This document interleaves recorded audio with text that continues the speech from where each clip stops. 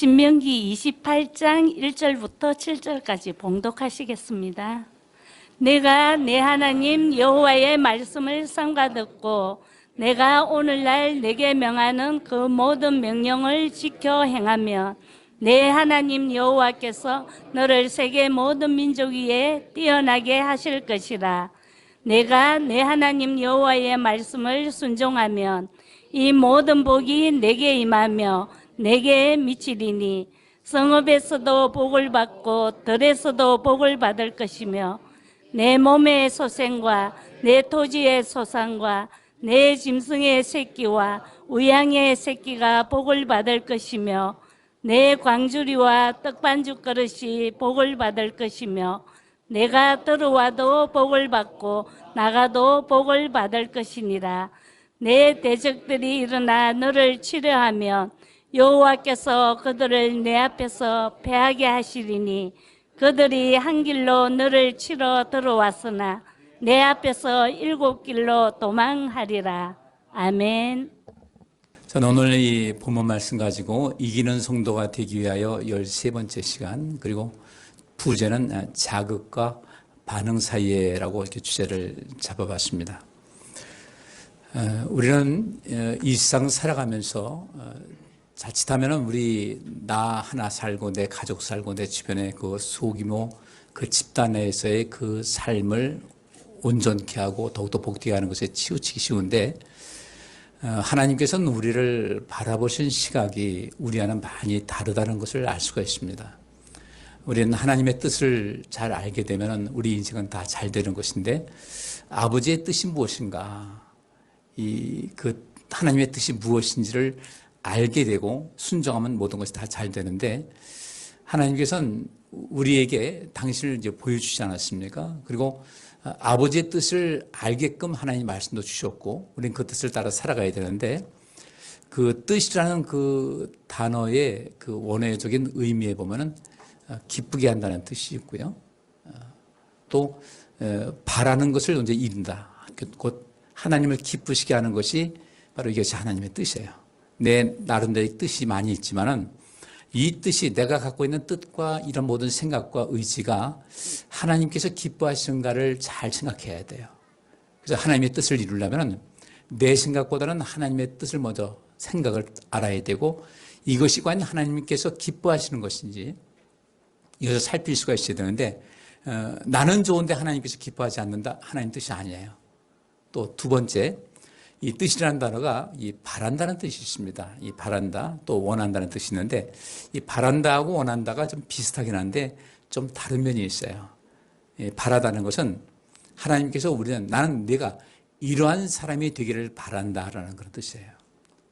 우리가 하나님의 뜻을 알려면 하나님께서 나는 과연 내가 어떤 사람이 되기를 바라실까, 관심을 가져야 되는데, 여기 베드로전서 2장 9절 말씀 보니까 이렇게 되어 있어요. 오직 너희는 택하신 족속이요 왕 같은 제사장들이요. 우리 뭐 너무 잘 아는 내용입니다. 그 다음에 거룩한 나라요 그의 소유된 백성이다. 이 소유된 백성이라는 것은 아주 굉장히 아끼고 가치 있게 여기는 그런 백성이다라고 주께서 말씀하신 거예요. 그렇다면 우리는 과연 우리 하나님께로부터 택하신 족속이고 거기에 더 우리 신분을 업그레이드 시켜주셨는데, 우리는 왕 같은 제사장이다.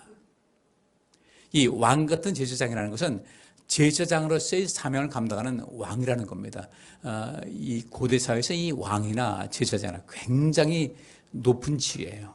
감히 누가 범접할 수 없는 그런 것인데, 우리는 바꿔 말하면 우리는 하나님 나라에 그 하나님께서 원하시는 가운데 이 땅에 파송된 하나님을 대신해서 왕 같은 삶을, 왕으로서의 삶을 살아가는 역할이 우리에게 주어졌다. 또 제사장의 역할이 주어져서 이 세상 사람들을 온전케 해서 하나님께 인도하는 사명, 하나님께서 이 세상을 통치하시는 것 같이 우리도 그렇게 성숙해서 하나님께서 다스리시는 것 같은 그런 모든 삶의 역사가, 그런 것이 우리를 통해서 이루어져야 된다는 거예요. 근데 우리는 왕 같은 제사장이다, 뭐 그런가 보다 하지만은 이것이 하나님께서 우리에게 명명하신 거예요.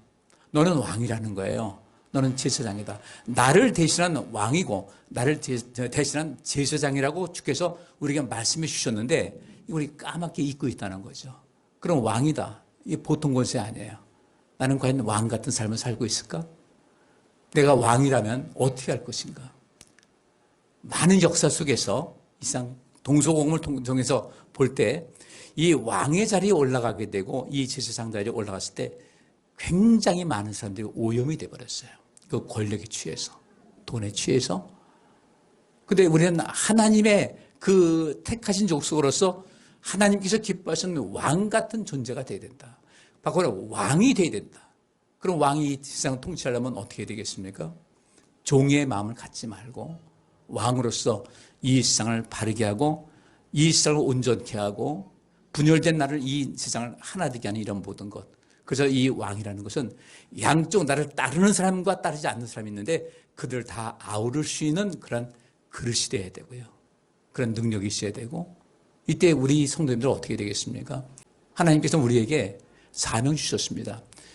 예수님께서 이렇게 말씀하십니다. 아버지께서 나를 보내신 것 같이 나도 너희를 보낸다는 거예요.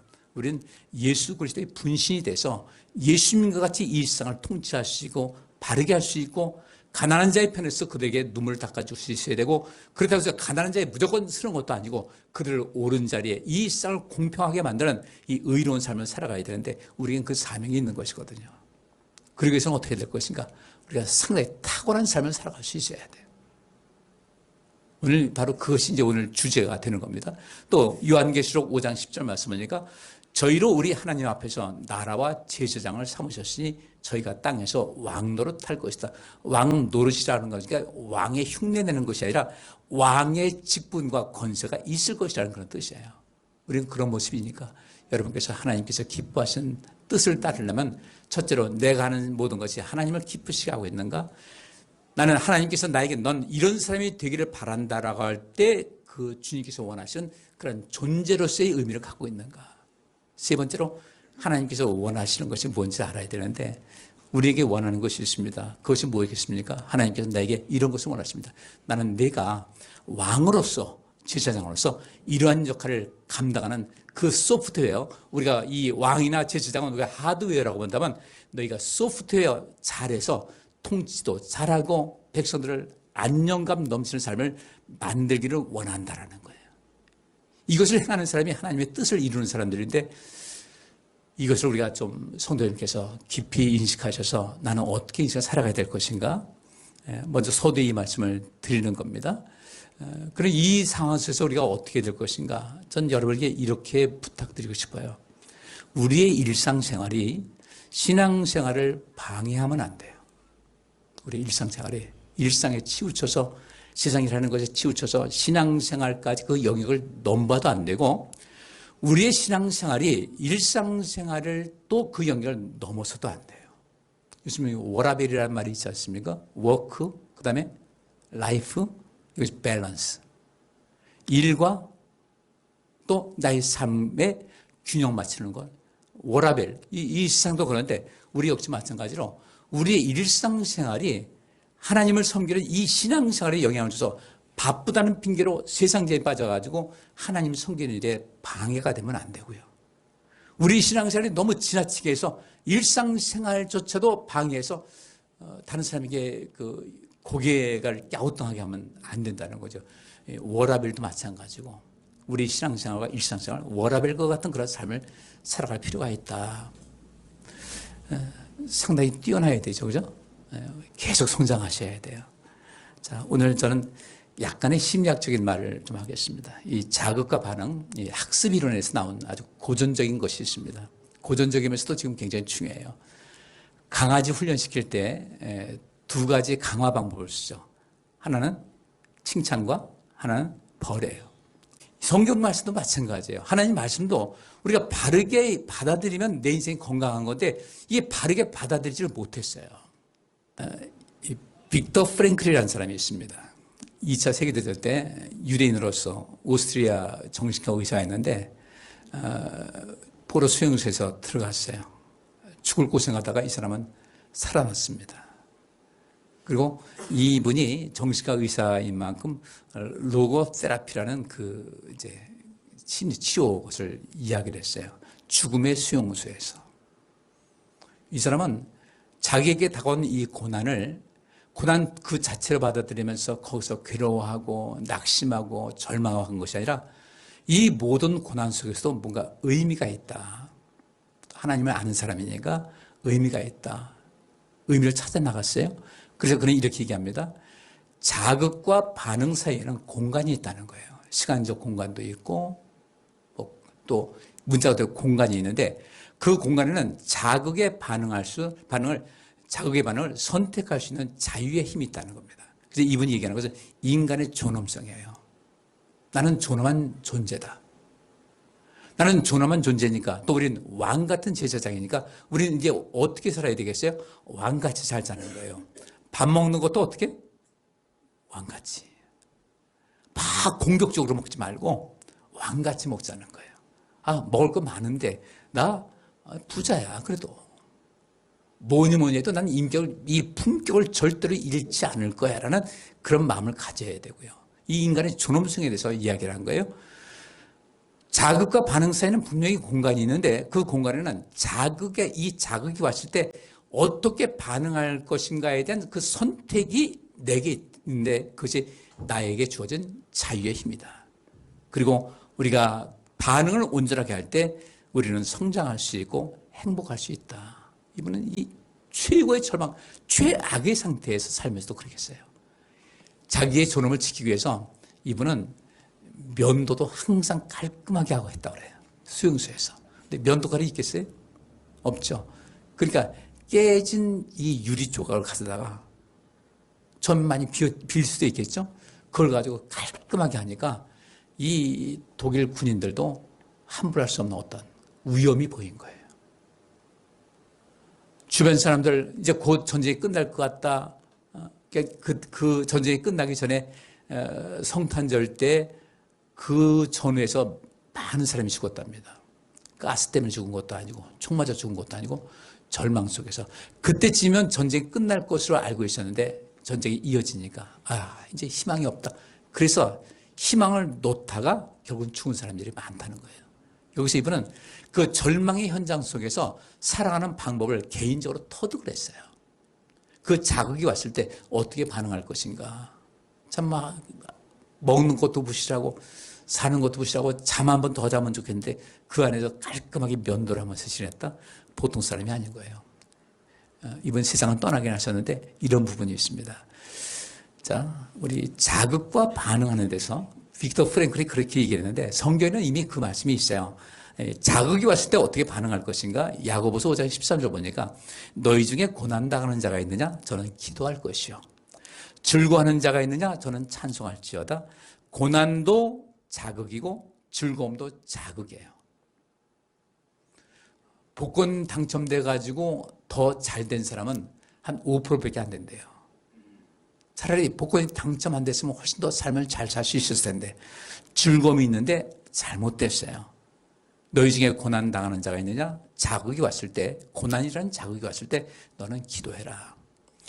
즐거움이라는 그런 모든 조건이 왔느냐? 이때 그 즐거움에 취하지 말고 찬송할지니라 하시니까 찬송, 내게 강 같은 평, 이 찬송만 하는 것이 아니라 이 찬송하라는 것은 뭐예요? 하나님을 높이고 하나님을 찬양하고 그분 앞에 무릎을 꿇으라는 거예요.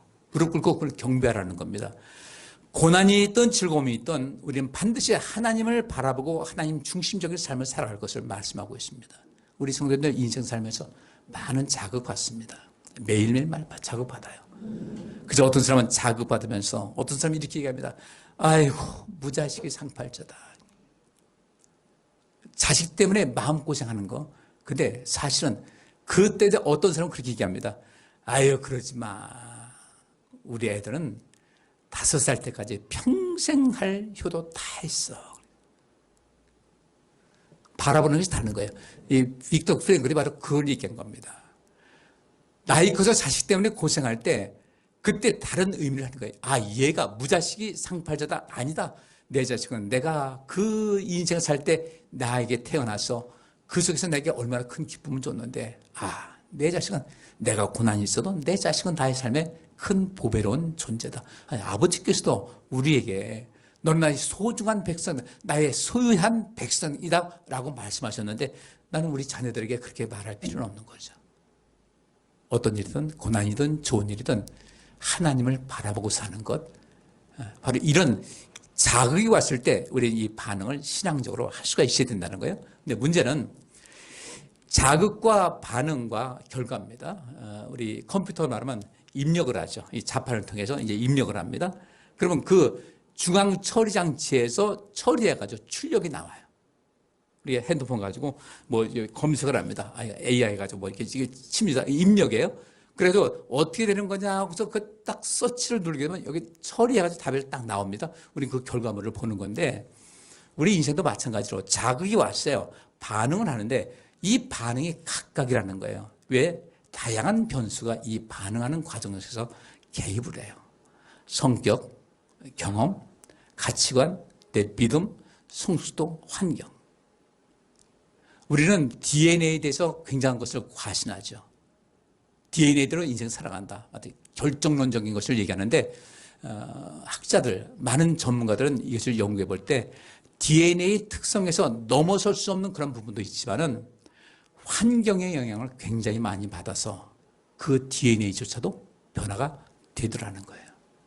여러분, 우리 암이라는 것은 뭐예요? DNA의 돌연변이에요. 이 암이라는 것이 이 어떤 자극이 왔을 때 거기에 부정적인 방법으로 작용을 하게 되면, 반응하게 되면 암세포가 활성화된다는 거죠. DNA 그 서열 자체가 문제가 되는 거예요. 우리 어떻게 할 것인가? 성격이 있습니다. 이 성격은 보통 그렇게 얘기합니다.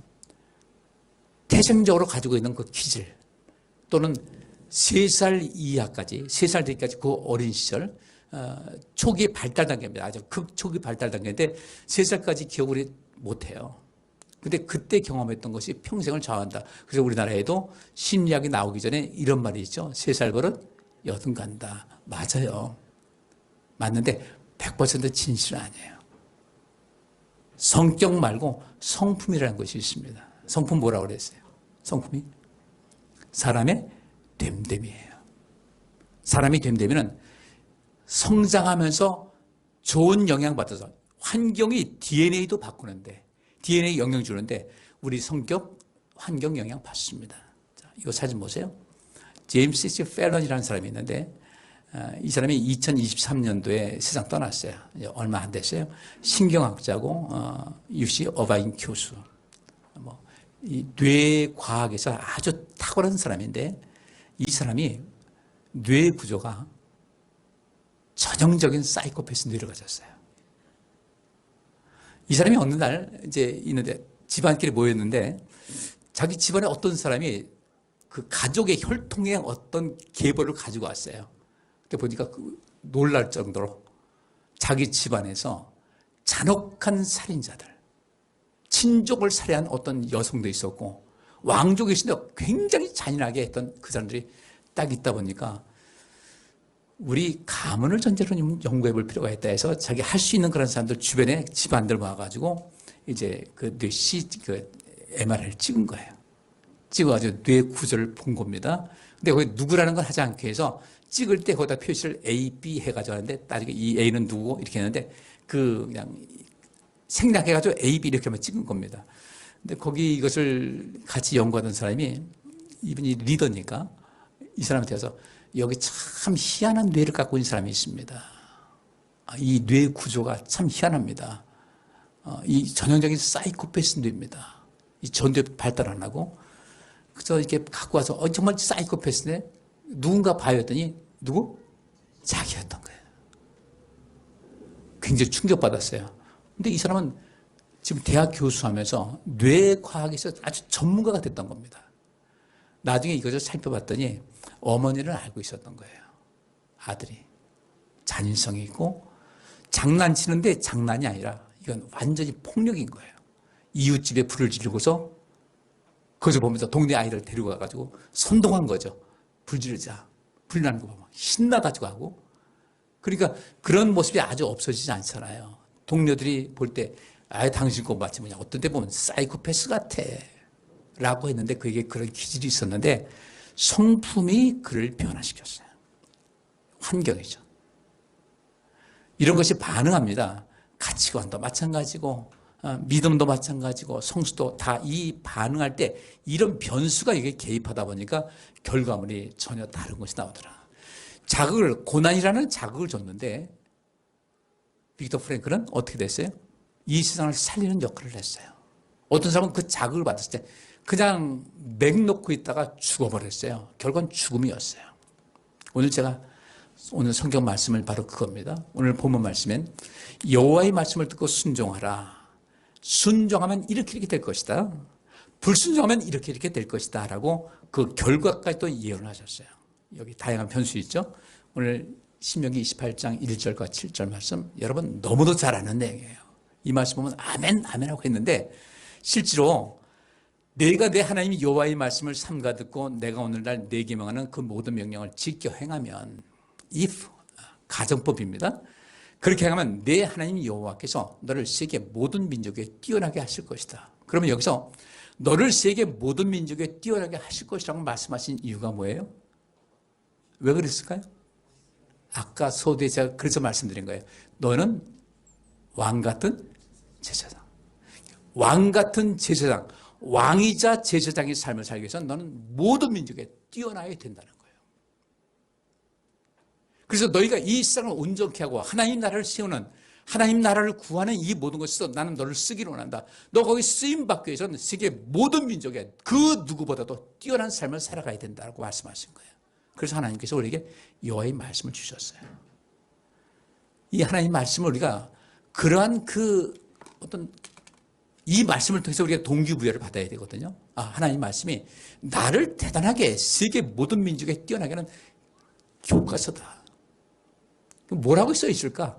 이 말씀대로 살면 이 여호와의 말씀을 삼가 듣고 조심해서 듣고 그 다음에 듣는다는 것은 자극을 받는 거예요. 자극받은 다음에 어떻게 해야 된다? 명령을 지켜 행하면. 순종하면 되는데 그래서 이 2절 말씀이 그랬어요.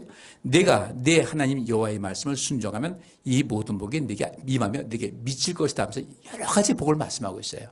이때 우리가 성경 읽으면서 그냥 읽지 말고 이 말씀을 근거해서 내가 세계 모든 민족에 뛰어나서 왕이자 제사장으로서의 삶을 살고 이 세상을 온전케 하는 그런 삶을 살기 위해서는 이렇게 보셔야 됩니다. 근데 나는 왜 순종이 안 될까? 이 부분에서 왜 내가 순종이 안 될까? 순종 안 되는 부분 많이 있죠? 말씀을 그냥 읽습니다.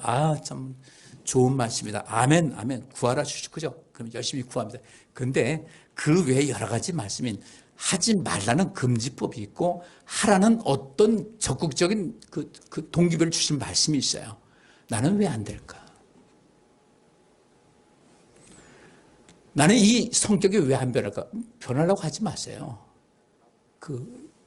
내가 아주 픽스된 고정된 것은 변화시키지 말고 그 부족 부분을 성품을 통해서 보완하시면 돼요. 우리 사람이 그런 거예요. 성품을 바꾸는 거죠. 성품을 변화시키고 그리스도 안에서 말씀 속에서 나를 끊임없이 변화시키는 것이 중요한 건데 내가 내 하나님 여호와의 말씀을 순종하면 이 모든 복이 내게 임하며 내게 미칠 것인데 하나님께서 말씀하신 거예요. 나는 왜 이 복이 나한테 오지 않을까? 그러면 결국은 뭐예요? 선행되는 어떤 것에 불순종하기 때문에 이 결과가 오잖아요. 그 복이 내게 임하지 못하는 것은 순종하면 모든 복이 내게 임한다고 그랬는데 이 모든 복이 임하지 못하는 것은 이 앞에 뭐가 더 들어가요? 순종 앞에 불순종인 거예요. 근데 내가 이외 이것에 내가 불순종, 왜 순종이 안 될까? 왜 이 부분에서 내가 약한 모습을 보이고 그렇게 안 될까라고 이 생각을 할 수 있어. 이거 원인을 보셔야 되는 거예요. 병원 가면 여러분들 진료하지 않습니까? 진단한 다음에 그 다음에 처방이 들어가는 거예요. 그래서 이제 이런 기계 같은 것도 마찬가지죠. 비행기 정비할 때 이렇게 나옵니다. 고장을 진단하는데 어디가 고장 났어요. 이걸 진단하는 것을 트러블 슈팅이라고 합니다. 트러블이 생겼어요. 슈팅. 그 트러블한 것을 발견하는 거예요. 그럼 그때부터 수리가 되는데 이 고장이 어디서 났는지 알지 못하게 되면 트러블 슈팅이 안 되면 고치지 못하는 거예요. 내가 왜 이 부분에서 순종이 안 될까? 이 말씀대로 살아가지 못할까? 내가 왜 내 이 생각이 좀 융통성 있지 못하고 마치 녹내장 환자가 이 앞에 여기만 바라보는 것 같이 나는 왜 이렇게만 바라보고 있을 것인가를 봐야 되거든요. 수용성이 있어야 돼요. 여유가 있어야 되고, 근데 안 된다는 거죠. 그래서 우리가 심리치료도 받아야 될 것이고, 내가 알지 못하는 어떤 부분, 이것을 학적으로도 봐야 되고, 내 자신 끊임없이 우리 자신을 좀 스스로를 내담자 삼아서, 프로이트가 그랬어요. 평생 자기에게 내담자, 상담하는 사람들은 이 내담자가 와야 돈을 버는데, 이 프로이트는 자기가 상담자고 평생 나를 떠나지 않는 또 다른 내담자가 있었는데 그 내담자가 자기 자신이었어요. 끊임없이 분석을 했어요. 그러다가 그가 어떻게 됐는가? 무의식 세계를 의식의 세계로 끌어올리는 것이 중요하다. 의식화가 된 것인데 그 의식화가 단순하게 이런 정신병리라든지 심리학에 있는 것이 아니라 온 세계의 의식화가 된 거예요. 우리도 의식화 운동이 필요해요. 하나님을 내가 얼마만큼 알 수 있는가? 내가 하나님에 대해서 잘못 왜곡된 거 있을 때 이거 의식화가 돼야 돼요. 우리나라 샤머니즘이 굉장히 기독교 안에 들어와 있습니다. 어떤 노래 그런 애죠. 팔자 타령하지 말아라.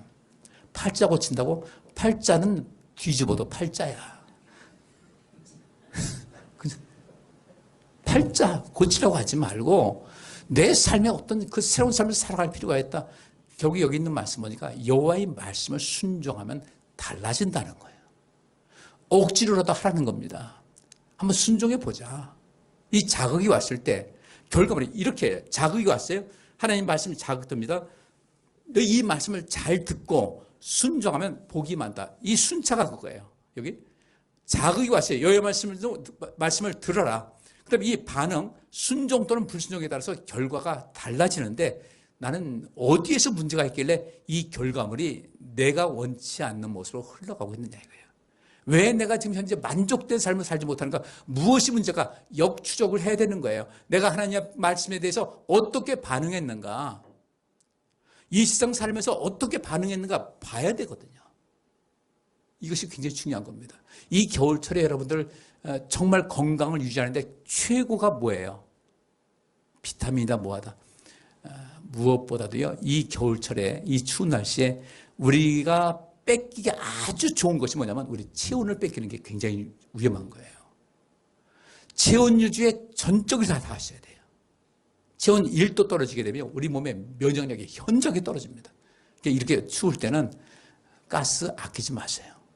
너무 덥기도 하지 말고 몸이 집에 들어서 춥다는 느낌 들지 않도록, 썰렁하다는 느낌 들지 않도록 몸을 관리하셔야 돼요. 그래야 이 내 몸의 모든 세포가 정상적인 활동을 하는데 그렇지 않게 되면 이 우리 몸의 세포가 나를 향해서 무지하게 눈물을 흘릴 거예요.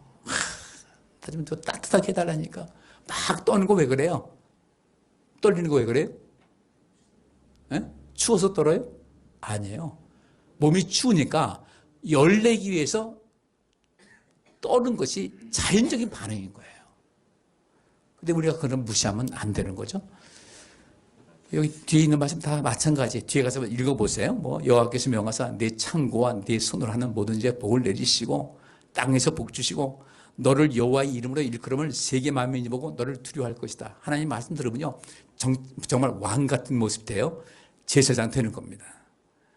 이것도 계속 여기 있어요. 12절. 여호와께서 너를 위하여 하늘의 아름다운 보고를 열어서 내 땅에 때를 따라 비를 내리시고 내 손으로 하는 모든 일에 복을 주시니리 내가 많은 민족에게 꾸어줄지라도 너는 꾸지 아니할 것이다.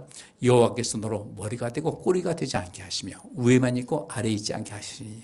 근데 이 말씀 보면서 하나님께서 머리가 되고 꼬리가 되지 않게 하셨대. 그 앞에 뭘 해야 된다는 선행 조건을 모르면 안 되는 거예요. 하나님 말씀 먼저 어떻게 되겠다? 잘 들어야 되겠다. 하나님 말씀은 귀로도 듣습니다. 눈으로도 듣습니다. 코로도 듣습니다. 듣는 것인데 잘 듣고 순종하면 이런 일이 있게 되는 거예요. 그러면서 내가 오늘날 너희에게 명하는 그 말씀을 따라 좌로나 우로나 치우치지 아니하고 다른 신을 따라 섬기지 아니하면 이와 같으리라. 두 번째, 이 불순종이 있어요. 앞에서 순종할 때 그렇게 되는데, 불순종할 때 어떻게 되나?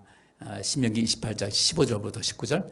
내가 만일 내 하나님 여호와의 말씀을 순종하지 아니하여 내가 오늘날 네게 명하는 그 모든 명령과 규례를 지켜 행하지 아니하면 이 모든 저주가 내게 임하고 내게 미칠 것이니 내가 성읍에서도 저주를 받으며 들에서도 저주를 받을 것이요 또 내 광주리와 떡반죽 그릇이 저주를 받을 것이요 내 몸의 소생과 내 토지의 소산과 내 우양의 새끼가 저주를 받을 것이며 내가 들어와도 저주를 받고 나가도 저주를 받으리라.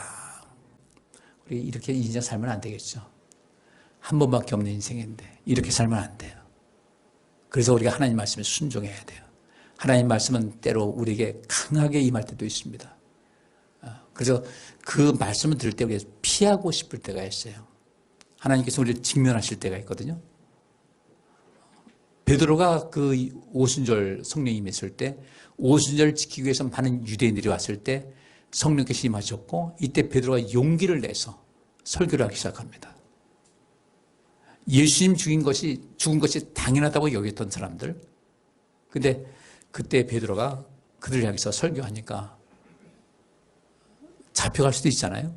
그 말을 들었던 많은 유대인들이 뭐라고 그랬어요? 우리가 형제요. 그럼 우리가 어찌할꼬. 이게 아주 지극히 정상적인 반응입니다. 회개하고 죄를 고백하고 나의 죄를 인정하는 이 직면의 순간이 이 저주가 내게서 물러가게 하고 하나님의 은혜와 사랑으로 임하게 하는 굉장히 중요한 수단인 것을 아셔야 돼요.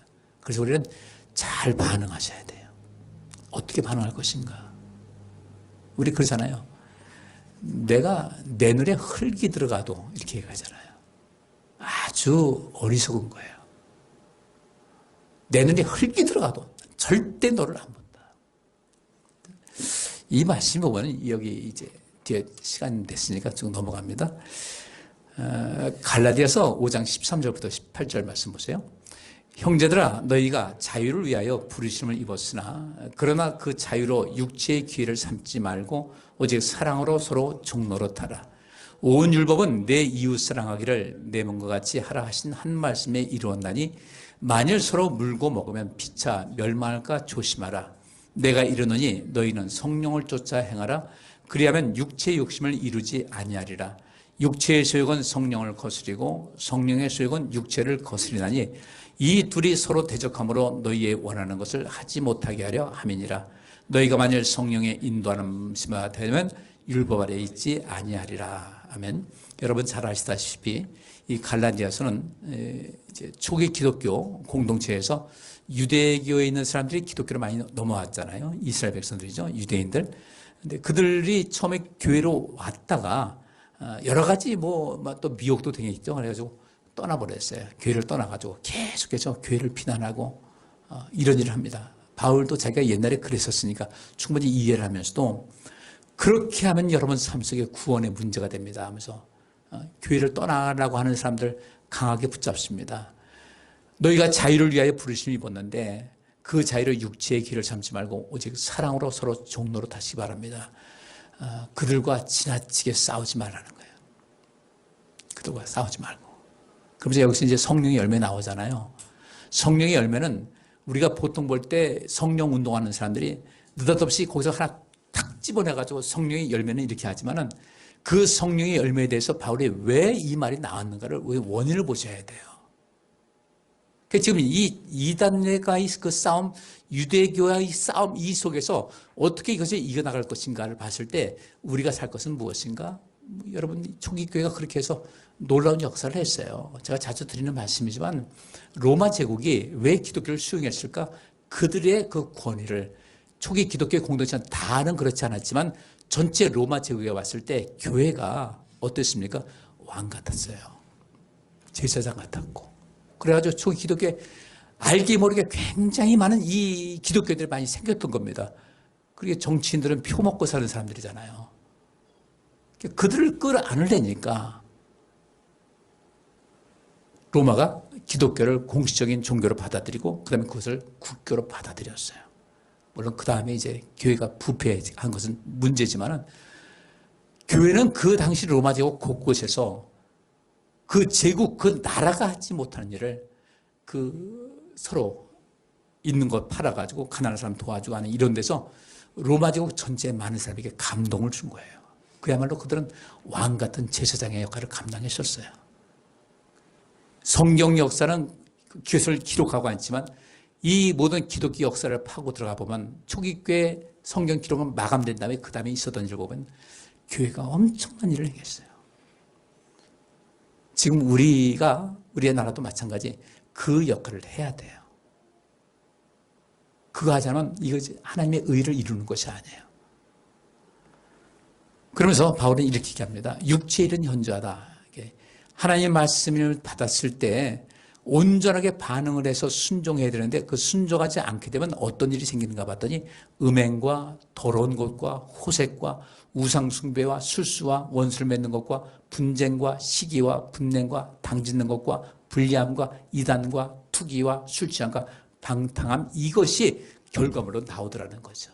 이런 삶의 결과물 나오는 것은 분명히 그가 하나님 말씀을 통해서 자극은 받았는데 그 자극에 잘못 반응을 한 거예요.